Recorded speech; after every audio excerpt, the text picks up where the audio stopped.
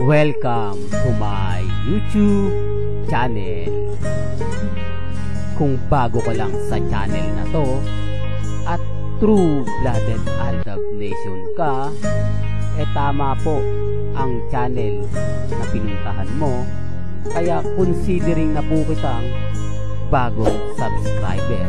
At huwag mong kalimutan pindutin yung bell para lagi po kang updated sa bagong video na ilalabas ko.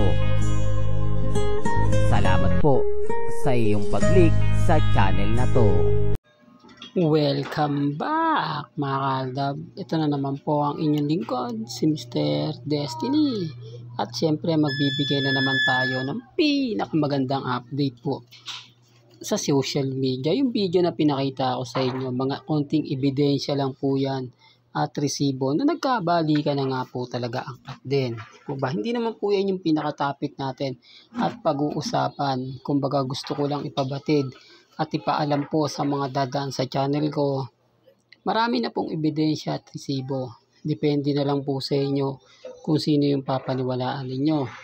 Kung sino yung sa palagay ninyong nagsasabi ng totoo at ang nagsasabi ng fake news. Di po ba? Pero dito tayo ngayon kina Alden Richards at kay Maine Fulkerson. Hindi po nila maitatanggi na panalo sa laban ng Aldab Nation. Hindi nyo pwedeng sabihin na wala lang yan. Kumbaga talo na kayo.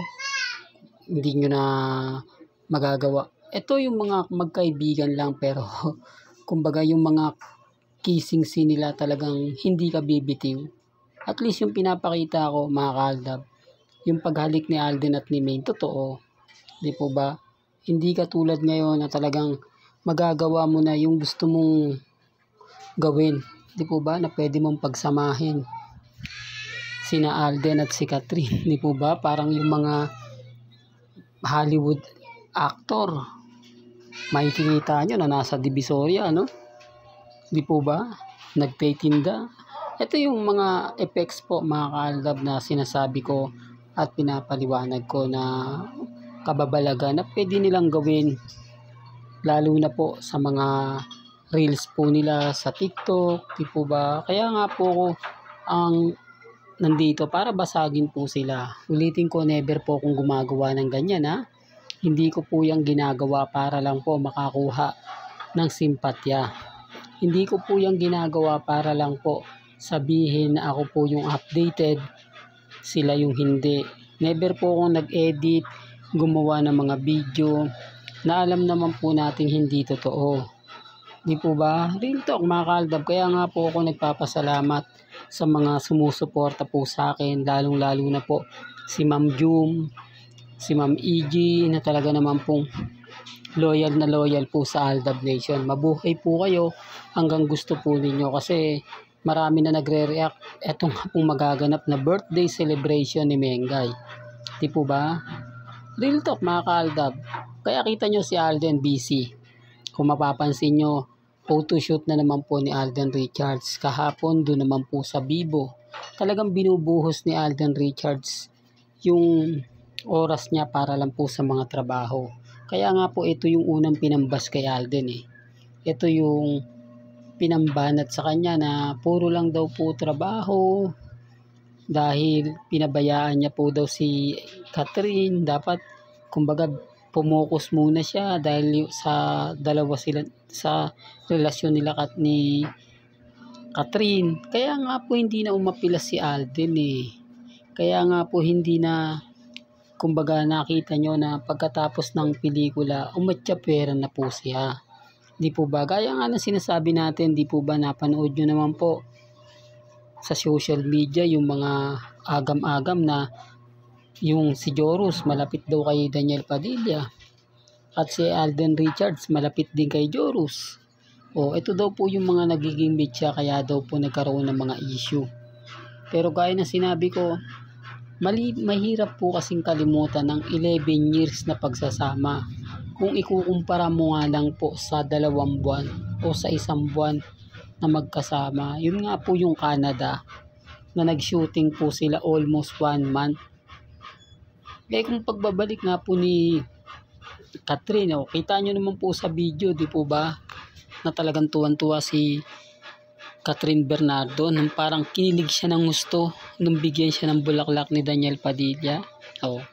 Pero may kanya-kanya tayong pananaw, may kanya-kanya tayong opinion. Sabi ko nga po sa inyo, masaya po ako sa mga nababasa ko, masaya po ako sa mga nakikita ko. Gaya nga po ngayon, sobrang busy si Alden. Focus muna siya sa kanyang TV commercial, photoshoot, at syempre kung ano-ano pang project. At pagdating nga po ng March, gaya na sinabi natin, sa birthday celebration ni Mengay, hindi natin alam kung kailan po sila aalis.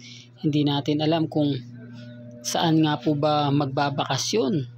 Alam naman po natin, ang pinaka-favorite ni Mengay, pag nagbe-birthday siya, beach. Di po ba? Kung matatandaan niyo po sa Palawan, di po ba doon po siya nag-celebrate ng kanyang kaarawan. Pero matagal na yan yan na naman sasabihin nila sa akin, matagal na yan Mr. Destiny, marami na nagbago, marami nang nawala, marami nang dumating, hindi na naman siguro mauulit yan. At syempre mag-iiba na si Mengay, hindi na yan yung dati, malaki na yung pagbabago. Wala naman pong problema ron, di po ba? Sabi ko nga po sa inyo, may kanya-kanya po tayong opinion, may kanya-kanya po tayong pananaw. Depende na lang po yan sa sasabihin nila. Depende na lang po yan sa magiging komento nila. Sa akin, masaya na po ako basta't makita ko lang si Alden at si Maine.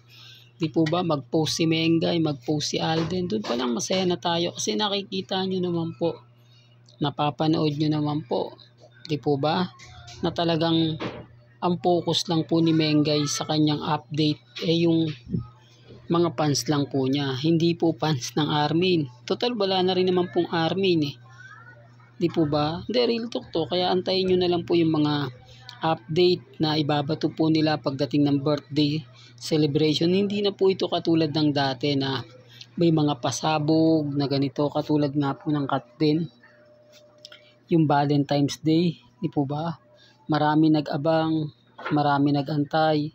Yung pala nga, hindi nila alam yung flowers na binigay po na pinakita ni Catherine galing po kay Daniel Padilla. Doon pa lang nabasag na sila, doon pa lang siyempre malaking insulto, di po ba, kay Daniel Padilla, na akala nila sinasabi ni hindi daw galing kay Daniel Padilla. Siguro naapektuhan din si Catherine sa sinabi na yon. Real talk, mahal, biruin mo, ikaw nagbigay ng bulaklak pagkatapos sa iba pala magki-credit, po ba? Tapos kayo magkasama ni Catherine, tapos yung sinasabi ng Katden, sila Alden at si Catherine na magkasama, yung pala ang totoong kasama niya si Daniel Padilla, di po ba?